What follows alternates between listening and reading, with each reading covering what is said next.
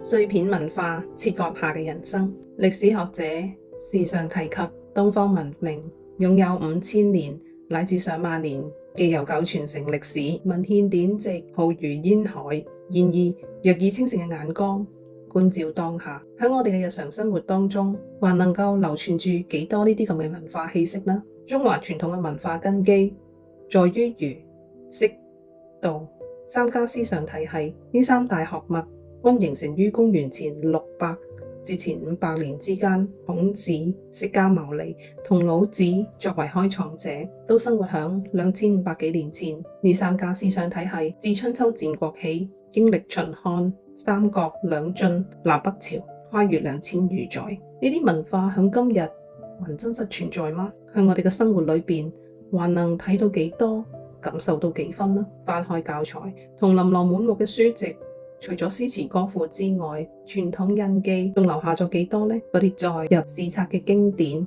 大多靜默於藏書局中，塵封已久。我哋今日真正沉浸其中嘅係所謂嘅現代文明。呢幾年被稱為人工智能時代，好多專家認為，再過多10-20年，人類可能完全生活於虛擬世界之中。其實何須等10-20年啦？我哋現在彷彿已活在某種虛幻裏邊啦。點解咁樣講呢？好多人已經患上這樣嘅時代症，5分鐘唔睇手機便心慌意亂。我喺度諗，會唔會有重要嘅信息呢？於是每隔幾分鐘就要查看。如果一個下午未碰手機，不少人便焦慮不安，生怕錯過什麼大事。但係實際上真係有那麼多要緊嘅消息嗎？如今大多數嘅人嘅生活已經被網絡主導，真正自由支配嘅時間寥寥無幾。網絡上即時零碎嘅文化信息，能否支撐起完整嘅世界觀、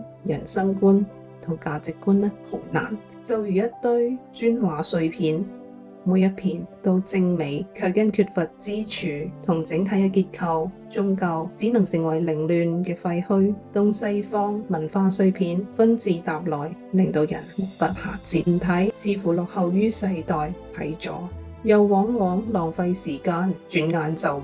眼下呢啲狀態或許尚可以嘅，但係再過多10年、20年，情況恐怕會令人憂慮。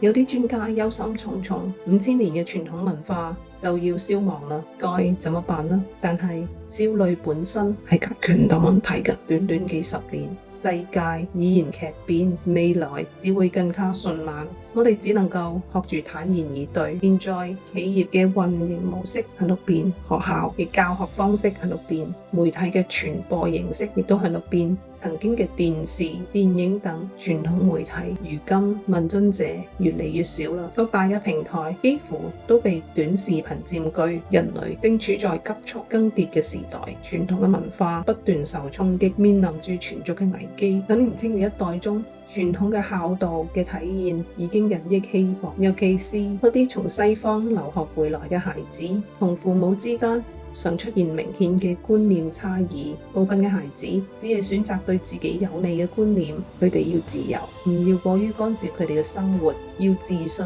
要追隨內心嘅腳步，只係做自己喜歡嘅事。西方嘅年輕人往往較早獨立，唔依賴父母，靠佢哋自己賺錢開啟人生。但係談到經濟獨立，剛才嗰啲孩子卻不再提呢啲理念啦，仍需要父母持續嘅經濟支持，即便完成咗學業，亦都依然肯努不斷向父母索取。